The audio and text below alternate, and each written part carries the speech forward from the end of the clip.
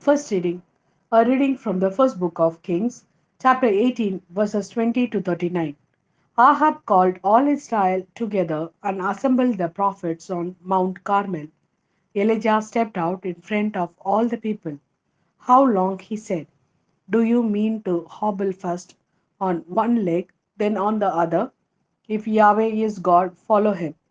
If Baal, follow him. But the people had nothing to say. Elijah then said to them, I alone am left as a prophet of Yahweh, while the prophets of Baal are 450. Let two bulls be given us. Let them choose one for themselves.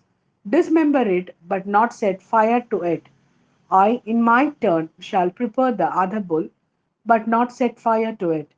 You must call on the name of your God, and I shall call on the name of Yahweh. The God who answers with fire is God indeed. The people all answered, agreed. Elijah then said to the prophets of Baal, choose one bull and begin. For there are more of you. Call on the name of your God, but light no fire. They took the bull and prepared it. And from morning to midday they called on the name of Baal. O Baal, answer us, they cried. But there was no voice, no answer, as they performed their hobbling dance around the altar which they had made. Midday came, and Elijah mocked them. Call louder, he said, for he is a god. He is preoccupied, or he is busy, or he has gone on a journey. Perhaps he is asleep and needs to be woken up. So they shouted louder and gashed themselves, as their custom was, with swords and spears until the blood flowed down them.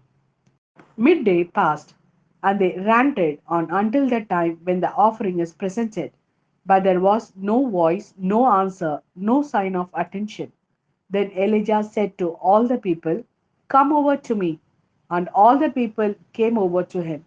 He repaired Yahweh's altar, which had been torn down. Elijah took 12 stones, corresponding to the number of tribes of the stones of Jacob, to whom the word of Yahweh had come. Israel is to be your name, and build an altar in the name of Yahweh. Round the altar he dug a trench of a size to hold 2 measures of seed. He then arranged the wood, dismembered the bull, and laid it on the wood. Then he said, fill 4 jars with water, and pour it on the burnt offering and on the wood. They did this. He said, do it a second time. They did it a second time. He said, do it a third time. They did it a third time. The water flowed round the altar until even the trench itself was full of water. At the time when the offering is presented, Elijah the prophet stepped forward. Yahweh, God of Abraham, Isaac, and Israel, he said, let them know today that you are God in Israel, and that I am your servant, that I have done all these things at your command. Answer me, Yahweh, answer me, so that the people may know that you, Yahweh, are God and are winning back their hearts. Then Yahweh's fire fell and consumed the burnt offering and the wood and licked up the water in the trench. When all the people saw this, they fell on their faces. Yahweh is God. They cried, Yahweh is God. This is the word of Lord. Thanks be to God. A reading from the Gospel according to St. Matthew, chapter 5, verses 17 to 19. Do not imagine that I have come to abolish the law or the prophets. I have come not to abolish, but to complete them. In truth, I tell you, till heaven and earth disappear, not on dot, not on little stroke, is to disappear from the law until all its purpose is achieved.